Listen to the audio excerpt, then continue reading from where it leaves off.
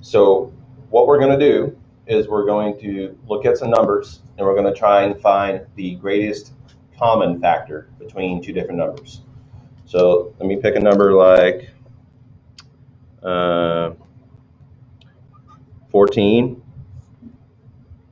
and 42. So let's say that I'm trying to find, there's some reason that I need to find a common factor between these two. A great way to think about that would be, what if you had the fraction 14 40-seconds or something like that. If you knew the greatest common factor to pull out of here, instead of repeatedly dividing by 2, you could do it in one step, okay? Some of you already know what it is because I chose relatively simple numbers. That's fine. But we're going to talk through it using the prime factorization method. So I'm picking relatively friendly numbers to begin with. So if I want to define the prime factors of 14, what are two numbers that I can multiply by each other than 1 and itself? Jesse? 2 and 7. Okay, is 2 a prime number? Okay, and what I want you to do whenever you're prime factoring, using prime factorization, is whenever you find your prime number, you know you're good with that. You can stop. And then we look at 7. Is 7 prime? Yes. And 7 is prime. Why? Someone tell me. Why is 7 prime? Different?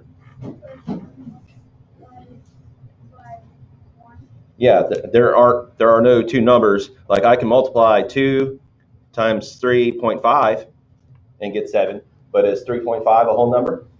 No. So there are no whole numbers that I can multiply by each other to equal 7, just 1 and 7.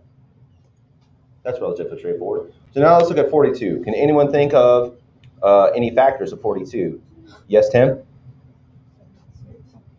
7 and 6. Okay, that's true. I could have also chose 2 and 21, but let's go 7 and 6. Is 7 prime? Yes. What do I need to do to it? Circle it.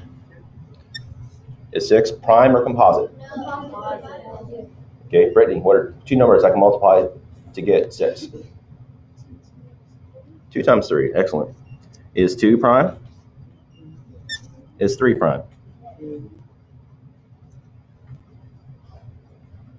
Okay, so in the beginning, I said, why is prime factorization useful? Well, one of the main uses of prime factorization is finding the greatest common factor. So what you do whenever you have two prime factorizations is you write out the prime factorization of 14, which is 2 times 7, because you know 2 times 7, that's going to equal 14, right? Okay. Now we have to write out the prime factorization of 42. So what are my prime factors? I see 2, 3, and 7. So I say 2 times 3 times 7. Does everyone see where I'm pulling all these prime factors from? I'm just looking at my circles. Okay. So whenever I'm finding the GCF, do you guys have GCF written now? Okay.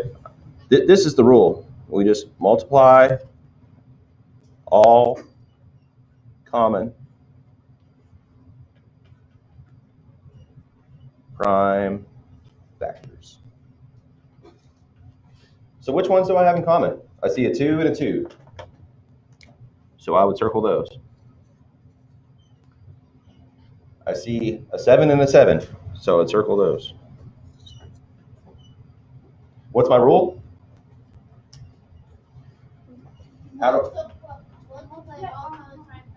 Okay, so if I want to find my greatest common factor, I multiply 2 times 7. Okay, so 2 times 7 equals 14.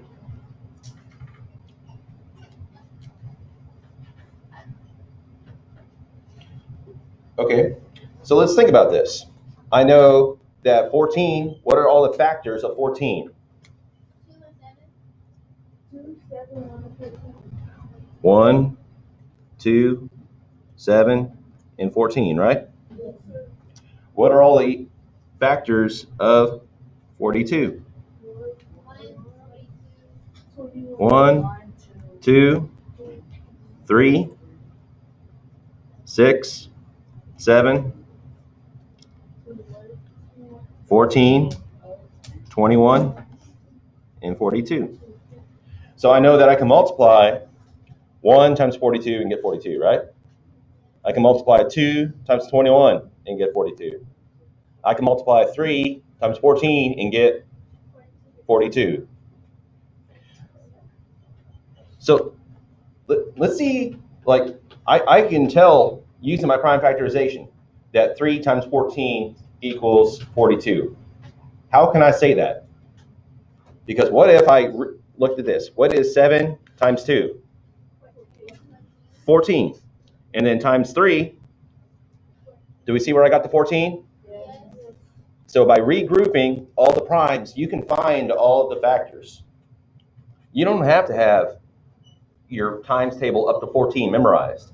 If you can look at the prime factors and regroup them, you can get all this. I can get 2 times 21. Where's the 21 in my primes? Where do we see 21? I see my 2. So 7 times 3? It's the same thing as saying 2 times 21. Okay. Where do I see my 6 times my 7? I see 7. Where's my 6? Boom, right there. 2 times 3. And I already showed where the 14 was. I already showed what the 21 was. And of course, we know that when the Christmas tree goes up, the star on the top is my 42. Right? So what did I do? What method is this called? Prime factorization. I took a number, and using my knowledge of multiplication tables or divisibility rules, I'm finding numbers I can multiply by each other, factors, to get my prime factors. My prime factors are like the diamond in the rough. You guys know Aladdin? Diamond in the rough. Yeah. Some of you do. That's fine. Okay, so that's what I'm looking for, my prime factors. Using my prime factors, I can regroup them and find every single factor there is. For every combination there is, there's another factor. The more prime factors you have, well, by golly, the more factors you're going to have.